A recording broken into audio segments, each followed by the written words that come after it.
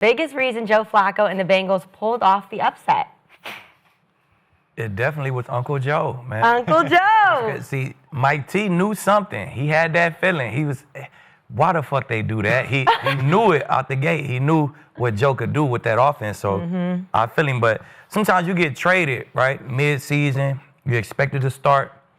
It kind of puts you in like a carefree situation, like because it's no pressure. Like they don't expect you to come in and play spectacular. At least not at first. You know what I'm saying?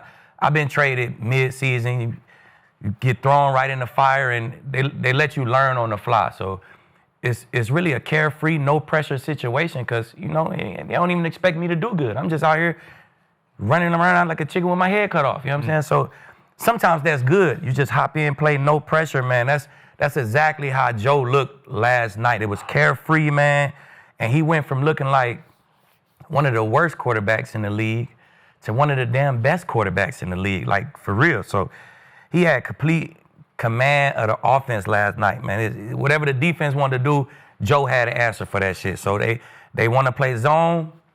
Joe threw the ball super quick, let his receivers catch and run. He hit Jamar, he hit the backs out the backfield. He hit T. Higgins on his touchdown. That was a catch and run touchdown in zone coverage. They can't play zone against him. They want to play man. Now you got to deal with the best receiver in the league. You know what I'm saying? And now he dictates everything. You play it honest, safety in the middle of the field, I'm throwing it to Jamar every time. You lean that safety to Jamar and kind of play inside, kind of take away that short shit, I'm going to T. Then a few times, they tried to play what we call double the stars. You kind of play it like two-man, both safeties, one double T, one double Jamar. Now whoever on Yosivas, they got to play zero. Yep. He hit him up the seam, no post safety. So Flacco said he loved that when he saw it. What? He saw it. He seen what they was doing. He immediately went to him He and said, threw "Shot it. you up the You middle." could see Flacco pointed to the sideline. I'm assuming to Zach Taylor because I promise you they schemed that up all They week. knew exactly how they was going to try to High do it. level. So he seen that immediately, threw a dot immediately. You know what I'm saying? So Jamar, when you play man coverage, Jamar going to dictate everything. You know what I'm saying? So Flacco just had a complete answer for everything, man. It make it a lot easier when you got the best receiver in the league. He killed every Steelers DB that guarded him. You know what I'm saying? It was amazing. Now, you go back to what I was saying when Flacco first got hurt. If they can just be 7-7, when Flacco get back, Burrow. I mean, when Burrow get back, man, they might have a shot. Now you look at this schedule. They got 2 winnable games, a bye week. They got the Ravens coming up. Hey, it don't seem so far-fetched for them to be 7-7 when Burrow come back, let him strike 3 straight, man, 10-7. If you let Burrow in these playoffs, man, it's going to be a fucking problem. Ooh. Yes, it is. Way to go. Love it. You want to go? You want me to go? Yeah. I was looking at Gil because he was. No, I need you to go because I got questions. Okay. I got a lot of questions here. Me and Akeem watched the same game. I'm right on board with that. I mean, it felt like last night watching Rodgers and Flacco, I thought I was back in 2013. It felt like that was when Rodgers was playing at a high level, that Super Bowl year for Joe Flacco. There was always that question is, Joe Flacco a leader or not? I think he is personally. I think he's done enough in his career. But last night was so much fun to watch. I mean, they come out. He's been there for 2 games, and he comes out on a Thursday night with a short week, with not a lot of time to prepare against that defense, which we'll talk about in a second. They're struggling, but they've got good players on that side of the ball. And he goes for 340, 3 touchdowns, no interceptions, and a QBR of 75. That is high-level stuff. That's so difficult to do, but the best part about it is he's a veteran. So he can handle any situation. He's seen it all throughout his entire career. He's in his 40s. I know how to handle low-scoring games. I know how to handle high-scoring games. I know how to handle different defenses, everything that you throw at me. But the best thing that he did, and when you're a veteran like that, you understand that you have playmakers on the outside, and I don't have to do it myself. Let me get the ball on time to Jamar Chase. Let me get the ball on time to T. Higgins. Let them go make the big plays. I don't have to do a whole lot. Just protect the football. Be smart with your decision-making.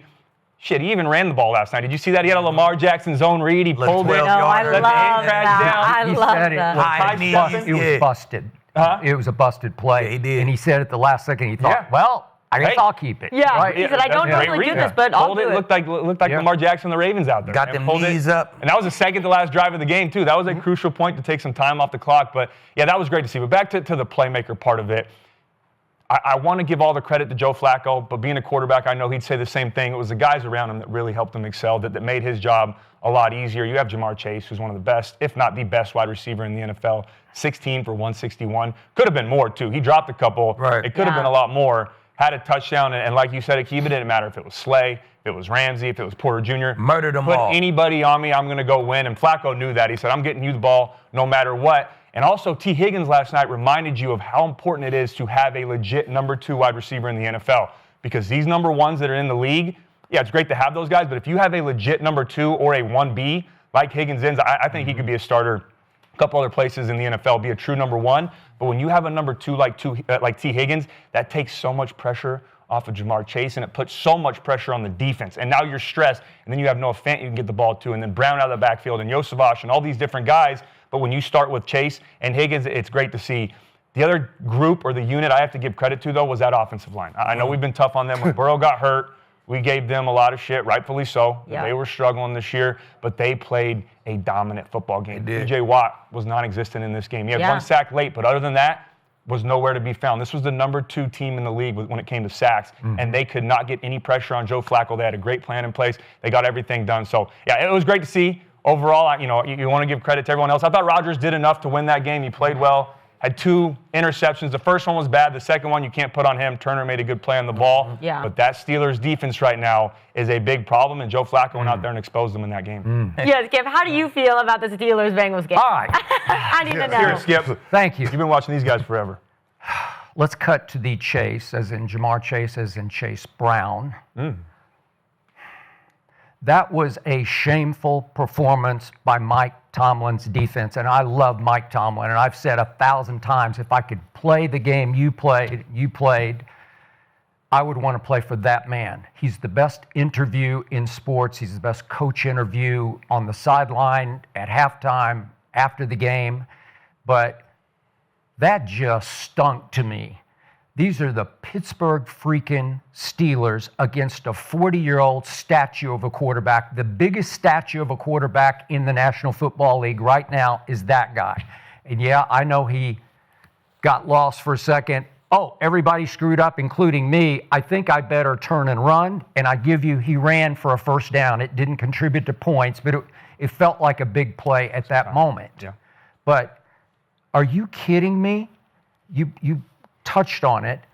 Pittsburgh came in second in sacks, and they got no consistent pressure on Joe Flacco because he has been Flacco. He was Flacco for the Browns for all 4 games. He was horrendously bad to the point that the Browns said, we can't watch this anymore. We give him away to a division rival. Did you see what it was?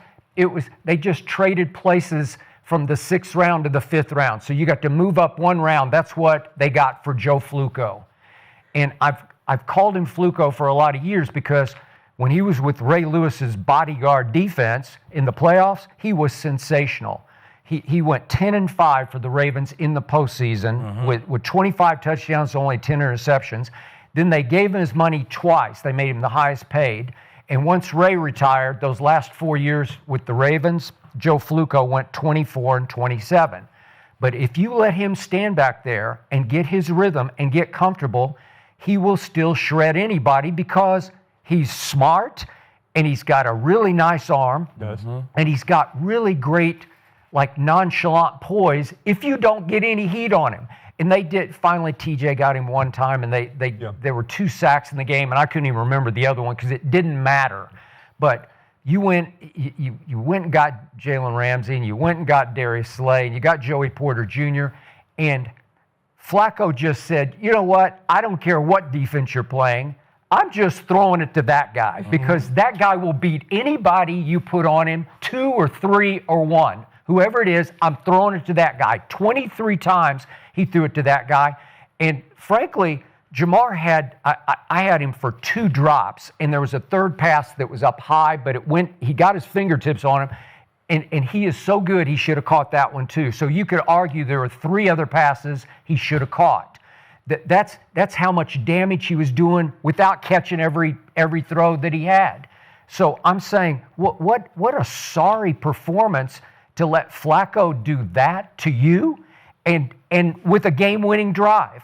And I got to talk about the T. Higgins throw because I want to get your takes on this. But this is just my eye watching this. Flacco's been there for 1 week, short week, Thursday night.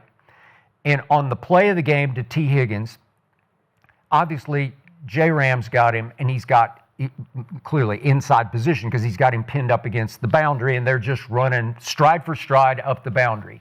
This is the classic case of I'm looking for the back shoulder throw because that's the only way to beat that is with an easy back shoulder, right? Yep. Where he slows up a little bit and comes back and catches it away from the DB toward the sideline. Instead, Flacco loops it toward the hash where T. Higgins can cut underneath J. Ram and come back and catch it this way. And I'm like, how would you have that kind of rapport with Jamar Chase when you barely thrown to him? Like this is next level genius stuff. Where it is. hey, this is like what? Where did that come from? And then obviously T. Higgins makes a choice. I'm going to go down, and we're going to eat the rest of the clock. This is just me. I was taught this from the start, going back to Don Shula Landry days. When you have a chance to score points, you just score because you can't beat the opportunity to get it in the end zone. Right. So if you get it in the end zone, it's going to be 37-31, and you're going to give him a minute and 28 seconds. Give Aaron a minute and 28 not seconds. him. You're Not gonna give him. Aaron Rodgers. Yeah. Okay, That's is really he the important part. I know There he we played. go. That was his best game of the year so far. But his QBR for the year is 55, so he's been Yeah, but mediocre. we've seen what he does when he gets the ball. Okay, I get it, but he's got to go And score. he just did it in that game. Yeah, too. I would He's not got want to to go give Aaron a score a minute. touchdown, but I've seen a bunch. You brought it up before last week. Hey. You've seen a bunch of kicks blocked, Right. and you've seen a bunch of screw-ups on snaps and holds, and I'm like, I don't know. I hope so. It worked out this time. I didn't think he hit the field goal that cleanly. I Had was a waiting weird for him to miss the field goal. Yeah, okay. I thought it was going to get blocked. It's the year of the block It's the kick. year of the block I just knew kick. it was going to get blocked. Okay, so I'm saying, are you sure about this? It worked on the clock because you bled the clock beautifully and you got your walk-off field goal. But if you miss, you lose 31-30. So, I just couldn't believe that the Pittsburgh Steelers are now ranked 17th in points allowed on doing what they have done routinely through their traditional life. Really, they've just been they've been the best defensive team in football for year after year after year. Right. That's been their calling card. And you let him do that to you. The Bengals were dead last running the football coming into that game. You let little Chase Brown get 108? You did? Now, this is Seriously? a different defense, though, Skip. This Man. Year in, year out is going to change. So this defense is built on taking the ball away and getting sacks. They didn't do it last night, so that's how it looked. Yeah. When they don't get sacks, they don't take the ball away, that's how it's going to look. So every defense is not going to be a top total defense type of team. So they got what they do good, and shit, they just got to stand on that. You know what I'm saying? They got good edge rushers. They got nice pressure coming from Hayward in the middle, and they got ball hawks on the outside, you know what I'm saying, in the secondary. So that's how they play. Flacco just stood back there and said, I think I'll do that. But you said he's a genius. With He that has I don't know if I could with that, I mean, genius, just that inside Yeah. pass. If everybody's doing that, he did that, and you're saying like he's a genius, then that is the worst person to have making passes for that organization in this moment in time. You just gave him the best offensive, receivers. He's in heaven. Right? He He's just in has heaven. to deliver the ball to He them is. and let them do their work. So in Who's reality, getting the ball out quick? he's 40, but not in football But years. he's in heaven, but you got to give him credit because Jake Browning had, and I'm not putting Jake Browning and Joe Flacco in that category. Super Bowl MVP. No, I know, but you can't just say anybody can go in there with that offense and do it. You got to give Joe Flacco his him. credit. Yeah, that's what I'm saying. Yeah. Him, that guy. You got to know how to make throws like Skip was talking about them throws. So he threw back shoulders a lot, you know what I'm saying? So once that DB started looking for them back shoulders, he gonna throw it off you. You look this way, I'm going to throw it over the top. Now, I remember one time I had my worst game of the NFL, my worst game of my life. I played against the Giants. You're admitting to this? Man, listen. Wow. I followed around Hakeem Nicks, and fuck Hakeem Nicks. I was playing against Eli Manning. He threw a back shoulder. I looked this way. He threw a back shoulder. I'm like, all right, bet. I jammed him up. Looked this way again. He threw a back shoulder. I'm like, all right, bet. The next time, I looked this way. He threw this shit over my head this way. I'm like, all right, here we go, Eli. You feel me? I look back this way, he threw back shoulder. I look this way, he threw it over the top. It was like, fuck, I ain't losing to Hakeem Nicks. I'm losing to Eli. Mm-hmm. So the placement of them footballs is crucial. You see, I think before the T. Higgins one, he did it to Ramsey again. Ramsey looked like this in the red zone. He threw it over the top again. And Jamar got over the top and went and caught it for a touchdown. So that's a skill, Skip. Yeah. I'm trying to teach my nephew that shit right now. No. Like, you throw the ball where it needs to be. Don't just throw fades. Throw back shoulder, throw it over the top, man. That shit is a real skill, and it's super tough for DBs. And we always say, the old saying is there's no defense for a perfectly thrown ball. There really isn't, because a lot of the times you're going to have great coverage. It's your job as a quarterback to throw guys open. I need to know when to throw back shoulder. I need to know when to throw over the top. And I wasn't in the huddle, but I promise you, either throughout that week or during that game, he came up to T before that and said, hey, if Ramsey's stripe for stride, if you're stripe for stride, keep going. I'm going to throw it over the top. Mm-hmm. Even with the amount of time that they've had, they haven't had a lot of time to get on the same page. Those are those things that Flacco's seen throughout his career, that he knows how to win in those situations. And now he's telling Higgins, hey, what I'm thinking on this play, go do it. And then they execute at a high level and they win the game. I mean, he has the freshest legs for a 40-year-old. I mean, yeah. He's what, football 36, 37? Because in the last, 9 years, he hasn't played over 9 games. Do you still think Flacco was a problem, not the Browns? I just... Come on, Skip. Listen, Cincinnati wound up with 470 yards of offense. That's just wrong to me.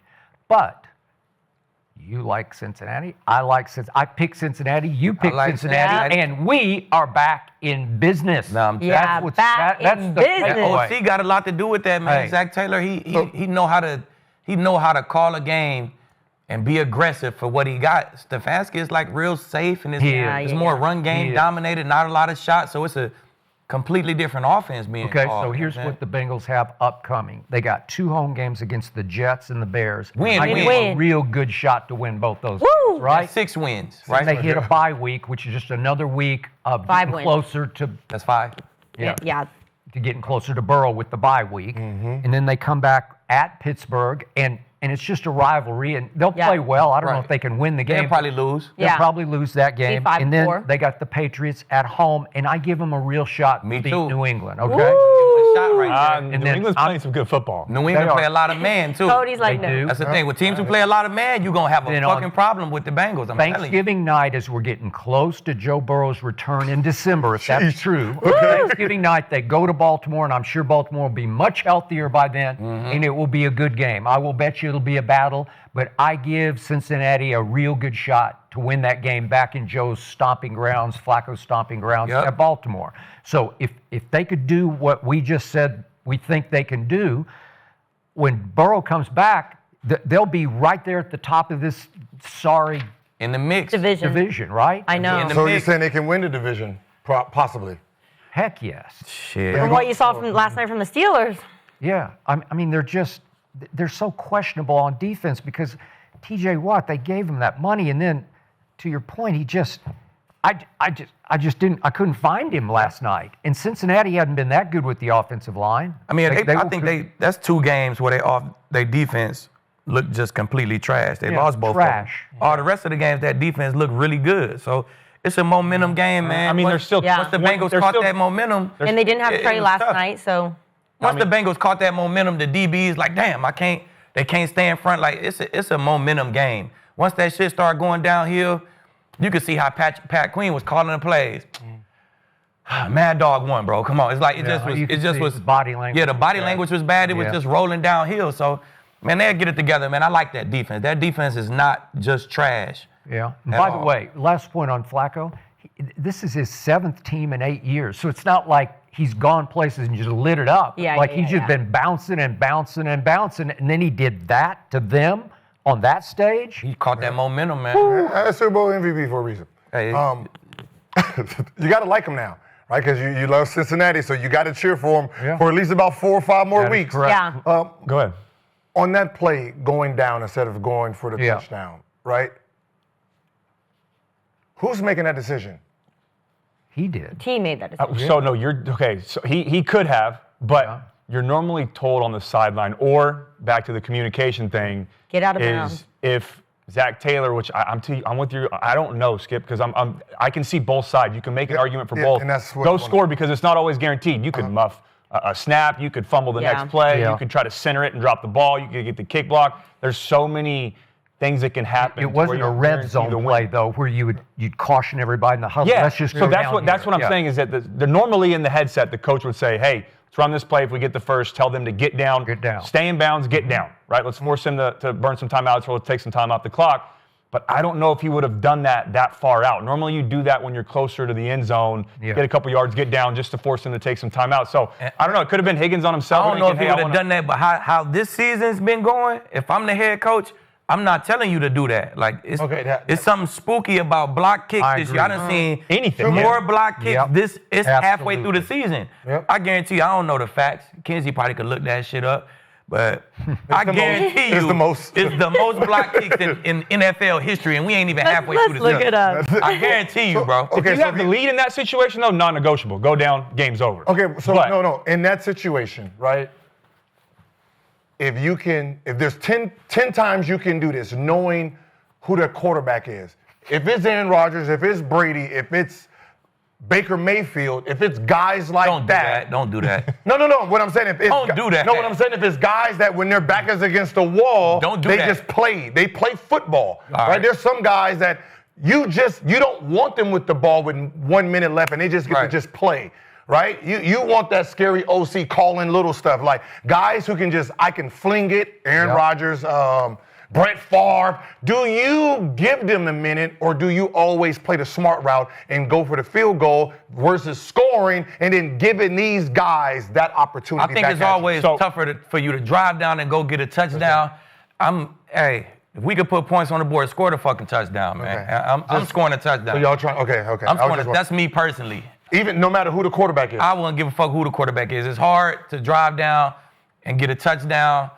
Hey, minute left, a minute and 20 left, or whatever. I agree. Man, I'm going to make you have to drive down and score a touchdown. Keith, in 2014, there was 19 in the first month blocked field goals. And how many is there? So it's happened before. In 2014, it was worse.